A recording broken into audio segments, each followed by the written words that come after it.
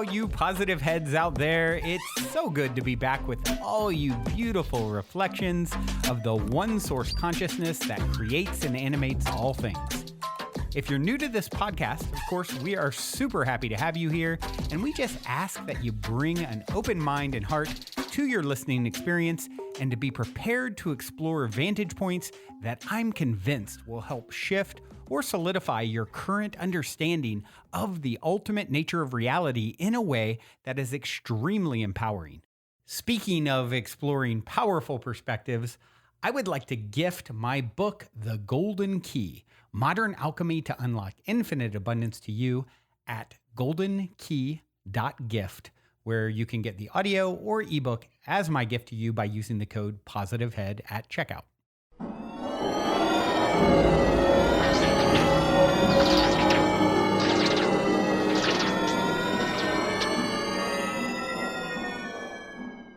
Welcome.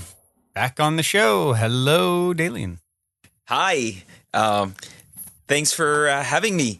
I was going to give you I can't find anyone else crazy enough to do this with me 5 days a week, so talk about crazy. I was going to give you a Bashar-like salute that was going to be a little too intense maybe for this morning or, well, for this initial greeting. Yeah. But yeah. Please, don't let me stop you. No, I know, huh? We are going to play a Bashar clip today, so, Yes. Oh, yeah, that was a little bit of a preview, huh? Me getting ahead of myself again. So what's going on in your world today, Dalien the Alien? Anything exciting to share in ways of mysterious or scientific or intriguing story of the day? Oh, yeah. Why don't I just go for it, right? Go for it. Yeah. Found a story on the BBC website, Brandon, and there's a slew of really cool stories, and these are, again, a little kind of like medically or scientifically minded, like I've been reporting on lately. If you go to bbc.com/future, there's like a slew of stories there like this. A few people, including one of the subjects of this article, who are mutants, you could say. They have a fourth cone, the type of, what would you call it, retinal eye cell in their eyes. We typically have three types of cones that help us detect color information. And so they've already detected a few people who have four. And so they can see these amazing colors, Brandon. It's really cool. The article talks about this artist. Her name is Conchetta Antico, and she discovered that she carried this genetic mutation that allowed her to see colors. The quote is literally colors that you can't see or imagine. Wow. And she talks about like looking at like little pebbles by the roadside or whatever, but then being just like alive with kaleidoscopic type of color, which is fascinating, right? Wow. So, yeah. And of course, her being an artist, that must have been a huge boon to her work. But it's just really cool because I read further into the article and they go in quite a bit of depth. It's a pretty fascinating read, but they essentially explain the science of that, right, and how that additional type of cell in your retina essentially allows you to capture more color information. But it reminds me of accounts of other, more psychedelic experiences, right? Where your color perception is so enhanced and, you synesthesia. see these. Right, I knew a young exactly. girl who had synesthesia, and she talked about how my voice was, myself and my son, Bradley, we have like a unique color green that she had never seen, like with anyone else, which was really cool. Like she sees colors for sounds. Fascinating. Oh, yeah. I had a kid many years ago. I was sitting at a bus stop here waiting for the bus, and this like young kid who actually looked a bit like Leonardo DiCaprio, I remember, was telling me he was synesthetic. So that was fascinating. Yeah, that was the first time I'd heard of it. Super cool phenomenon. Like, I mean, any of these things are just like, every time we think people are so quick to just think, oh, this is the way it is, and that's it. And every time that happens, you can see, oh, another wall taken down. It's like, why do we ever discount anything? I mean, I obviously we're very open-minded around here. I don't say, hey, this is fact or isn't fact, or, I don't ever make a claim unless I have some sort of very solid personal firsthand experience. But staying open-minded is the only thing to do. Like, for example, we're going to share a Bashar clip. Well, what is Bashar? Who is Bashar? He's a guy who claims to channel an extraterrestrial entity who's coming through him and communicating with mankind at this time. whether he is or isn't, I can't say for sure. It's not my experience. All I know is the information that he's sharing is like so powerful and profound. I don't really care where it's coming from, and so many people will instantly discount like, oh, that's not possible because I haven't done it, And of course, most of our listeners are open to some degree or they wouldn't be here. But it's just great to see these scientific-based things once again. That's why I always gravitate. Show me some science that can help tie this stuff together and add, credence to, the fact that there's more going on than meets the eye. No pun intended. No, that's very well said, Brandon. And it always makes me want to come back to this whole idea that I have for a scientific basis for all of this. It being consciousness is the basis for everything. So from that point of view, and of course, energy, really what we understand, matter and energy being two really just sides of the same coin, right? Right. If everything is ultimately energy and consciousness is ultimately everything, then I think that, you could kind of see how everything springs from this, ideas like a holographic universe or really even our genetic code being activated by and influenced by our perception. They don't seem like such outlandish ideas, really. Right. To me, it all really adds up to the same thing. Perception and consciousness rule our experience, and they create everything, which Absolutely. Is what we know to be true. Absolutely. And what you're saying actually kind of segues nicely into what I want to talk about next, which is the concept of good and evil. And what is good and evil, in my opinion? Well, it's two varying degrees of the same energy. It's all energy is essentially neutral by design. What you do with it determines whether it becomes good or, think about it. You have so much energy that you can exert in a given day or a given week or a given lifetime. What you do with that energy that's flowing through, that chi that's flowing through your being determines whether it's transmuted into good or evil. And it's really just like hot and cold. It's varying degrees of the same stuff. And the quote that I'd like to share is by Harry Potter, or it's from Harry Potter. I'm not sure who said it in the movie, or one of the movies. There is no good or evil, only power, and those too weak to see it. And this really, rings very true to me. It's like people who are quote unquote evil or dabbling in negative vibration, really, or taking energy and transmuting it into negative vibration. It's just a lack of awareness of their power. They're lost in separation versus, positive energy is all about unification and integration, and negative energy is separation and not enough and scarcity. And so that's really all that's happening when you're dealing with, there is no evil like we think of it in the fact that this person is intrinsically evil. No, their perspective is broken. And most likely it's because they've experienced things that have taught them that this is the way life is. This is really what's going on. And it's just a lack of awareness. And so what I would like to do is actually, I also like the quote, evil is just live spelled backwards. It's a part of life. It's a part of, of course, we talk about it all the time. The sweet's never quite as sweet without the sour. So I feel like evil is something that so many people are hung up on and so worried about and concerned about. What about all the evil in the world? And, it's so terrifying and it makes me paralyzed. Essentially, it paralyzes a lot of people. I can think of someone that I used to walk around with, and they would it was just going on a walk one time with this guy, and he would hide behind a telephone pole at a stoplight because he was so fearful that someone was going to run off and hit him, just like paralyzed by fear, all the evil. Oh, look at, the Middle East is so evil. And it's like, no, they're just, and it's not, first off, stereotyping people in mass like that is the biggest mistake you can make. And it's just lack of awareness. So what I'd like to do, speaking of Bashar, is hear Bashar talk about evil, domination, and darkness. And I found this on YouTube, Happy Skydiver 33's page. Let's take a listen. Hello. Andrew, good day. Hi. So my question is about the same subject, more or less. Oh, all right. More or less? More. Well. More and less. Thank you. More and less. You see, you're learning. How about evil? How about Yes. people that choose to be evil in this life? Well, all right. Again, understand, first of all, of course, the concept of evil is quite subjective. We prefer the idea of negative energy. From our perspective, the idea that you're calling evil, we call negative energy, and that simply is a mechanical description of what is being done. Positive energy is that which integrates, binds, unifies, makes whole. Negative energy is that which segregates, separates, diversifies in that sense, and breaks apart, and thus doesn't allow communication to occur in a harmonious way, but is discordant, jarring, jagged, rough. You follow me? This is a description of the actual energy involved in terms of what you're calling evil.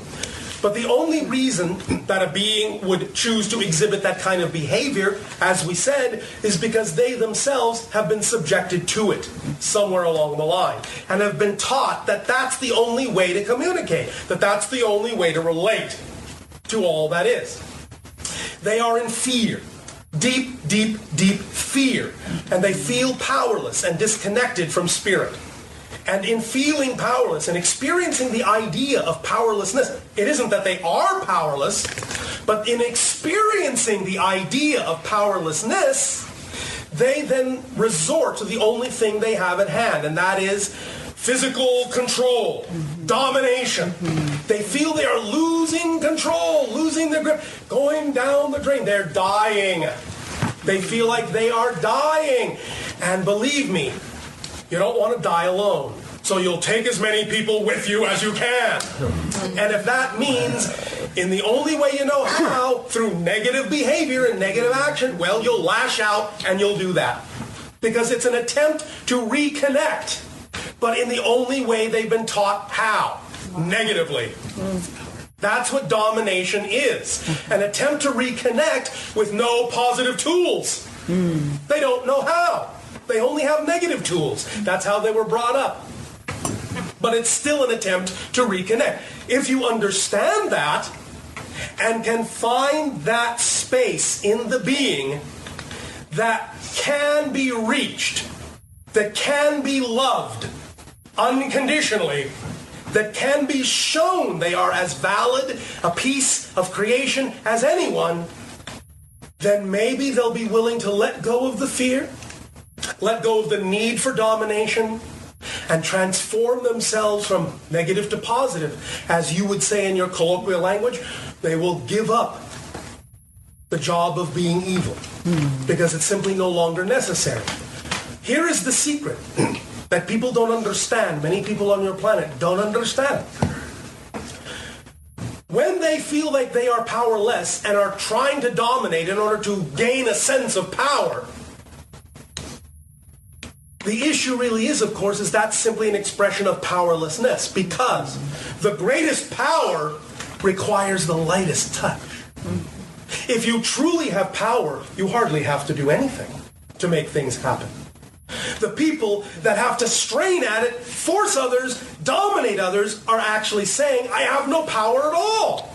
So I have to force everything to work instead of allowing it to work, which it already does. Allowance is the key, and unconditional love is the key. And teaching them that they are powerful aspects of creation.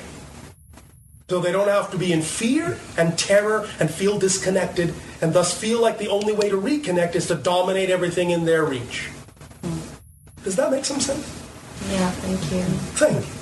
On a more personal level, yes. First of all, I want to say that as soon as you came through, I totally choked up and I had no idea why. That's all right. Many people will have that reaction. In fact, some people will fall dead asleep. Sometimes the frequency that we give off is better processed in other ways. Sometimes it will actually bring things up within you that you may only just barely be ready to look at. We exist in a certain kind of frequency domain that induces others to rise to that level. This is one of the reasons why we don't physically land on your planet yet. If we did, and you were literally exposed to us full force, it might actually cause many of you to go into psychotic shock. Because it would actually force issues you may not be ready to look at to the surface of your consciousness, and you would actually be terrified of yourself, not us. terrified of yourself, and run screaming. There have been 3 occasions when people have asked us, Bashar, I am totally ready to meet you face to face. If you land your ship, tell me where, tell me when, I promise I will be there. I'm so ready to meet you. 3 times we have said, okay, be at this place at this time on this day. I guarantee you, all 3 times, as soon as they perceived that we were about to land, they ran screaming. You're not ready for our full frequency. This is why you must understand the difference between the world you have created and the world you can create. What it really means to have heaven on earth. The frequency, the energy is so intense when you are living on that level that we must be cautious when we encounter beings that are not living on that level so that we do not burn them out. So, we start slow with these kinds of interactions, yet some of our energy still leaks through. Now, I will tell you, and again, please, none of this is bragging, none of this is judgment. I am simply discussing the mechanics of the physics of the energy. What you are experiencing right now is about 1% of our energy. And that's it. You follow me? We are linearly, if we were to put an overlay of our reality onto your reality, just in terms of space-time linearity, our reality vibrationally would be about 300 years ahead of your reality. But culturally, we're about 3,000 years ahead. Do you follow me? Yeah. Now, it doesn't mean it's going to take you 3,000 years to get where we are, because you live on a world of great acceleration. Yes. The point of Earth is to accelerate from the dark to the light more rapidly than almost any other world. Wow. Yeah. This is why we use what we call the rubber band analogy to describe your planet. You all know that when you take a rubber band on your planet, the farther you pull it back, the farther it will go when you let it go. The idea on Earth is darkness. The reason you have experienced so much depth of darkness and limitation, you have pulled your rubber band so far back into darkness that when you finally decide to let go of all the darkness, you will snap that much faster and that much farther into the light. That's what you're doing. That's the way you're doing it. You are very strong, very brave beings for doing this. And we thank you.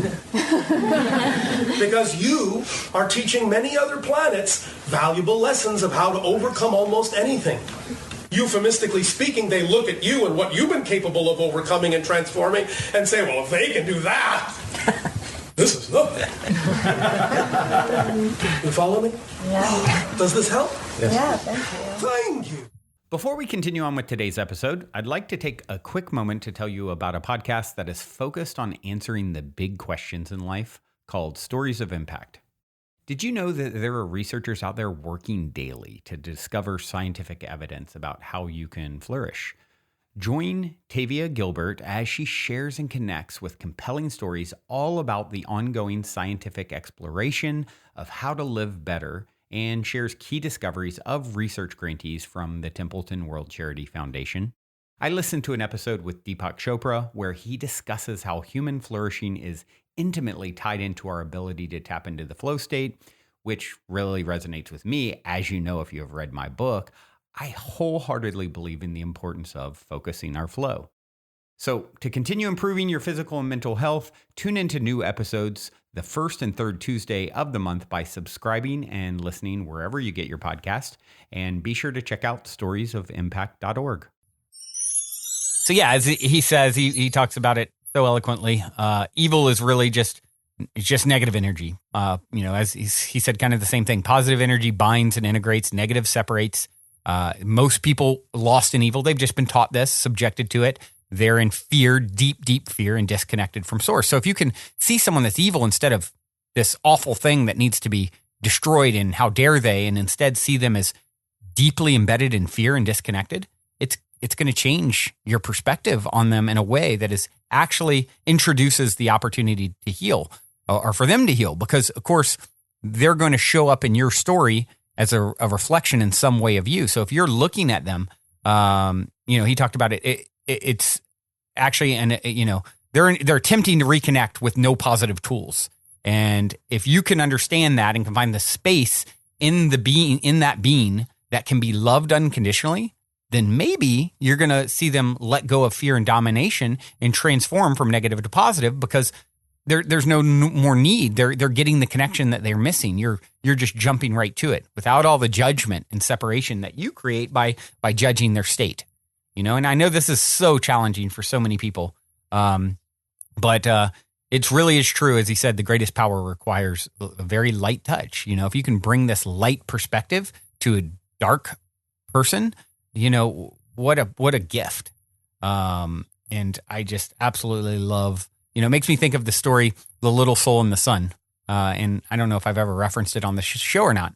But yeah, one of my favorite children's stories written by Neil Donald Walsh, who wrote Conversations with God. And he talked about, I highly recommend you guys getting it and reading it. It's like a 15-minute read. But the soul that wanted to experience the concept of forgiveness, and he's in, eternity and everything's perfect and every soul's perfect. And he gets sad because he can never experience that. And then he's having a conversation with the sun, which is symbolic of God or the higher self. And he said, you always were the adventuresome one. I knew you'd think of this. We'll create a realm where you can experience forgiveness, but it will take another soul sort of lowering their vibration so greatly that they lose themselves, forget themselves fully in order to do this thing, to give you the opportunity for forgiveness. And in that moment, they'll have completely lost themselves. They'll be lost in the illusion completely. And the only job that you have is to do what it is you want, forgive, and remember them for who and what they truly are. And I think that is so powerful, guys. If you can take anyone who's done you harm, your parents, your lover, your friend, anyone who's screwed you over and done these awful things, and you can, instead of, being mad, angry, hateful, whatever you're feeling negative towards them, and realize, hold on, I'm only hurting myself. The soul did this not because they're intrinsically evil. They did this because they're deeply in fear and disconnected and hurt. And this is like, talk about the path to healing yourself and opening yourself up for more. You can let go of all that resistance that you've been holding on to, all that separation that you've been holding on to, which is limiting what you can call into your reality. It's a block, and it becomes a block in your life. And like any block, once you understand it for what it is, the lump of coal can be transformed into the diamond that it's meant to become, and it can release so much goodness in your life. Yeah, Brandon, that story of the little soul and the sun is so beautiful because it's such a perfect analogy for so many things that are profound and sometimes difficult to understand. I love the part of the story that's also, just symbolic of, in a very kind of visual way, what we're doing, because the little soul is like a candle in the sun, right? Yeah, and the sun is so bright that the little soul, it's tiny light, it can't see itself. Right. So it is told, you have to go to a place where there's darkness, and you will have to be surrounded by darkness so that you can see your light, because your light, you can't see it when you're here amidst, everything that's bright and brilliant. You really just can't tell it apart from the background. Literally, that's a great perspective. You're absolutely right. Yeah, where does a lighthouse belong? Exactly. In the darkness. It doesn't sitting in the middle of the sunlight or 1,000 other lighthouses. That would make no sense. Yeah. And Bashar gets into a little bit of that with the analogy of the great acceleration that we experience here. Because the rubber band analogy is so cool. Right. It's such a realm of contrast. The extreme contrast that we get to live in this realm is really, you could say, one of the most precious gifts that you could imagine. And really, we can come into a space of deep appreciation for that. But that really does entail letting go of so much judgment that it keeps you from, It's the key. Every time you find yourself judging, you're creating separation. You're removing yourself from source. Source does not see any of your judgment about anything the negative that's happening. It doesn't have it. It sees nothing but appreciation. Right. So, resistance, that whole thing, right? Like the whole light touch thing, again, it speaks to the same idea, I think, right? Absolutely. Absolutely. Well, Dalien, I think we're getting down to it for today, running out of imaginary time yet again. Luckily, there's plenty more where this came from, so we'll be back here again, doing it again. Until then, we have some tasty music lined up for you. This is Oh, yeah, you got something really good. This is Goop Steppa. Goop Steppa, huh? Goop Steppa. This is an awesome track. You previewed it for me. This is really called Fashionably Late. Don't be scared to get up and dance to this one. There we go. Also, before we cue up today's song, as a quick reminder, don't forget to download the Golden Key audio or ebook as my free gift to you at goldenkey.gift using the Golden Key code POSITIVEHEAD. And please, if you enjoy my gift, leave a positive review on Amazon so others can unlock their lives with the help of the Golden Key as well.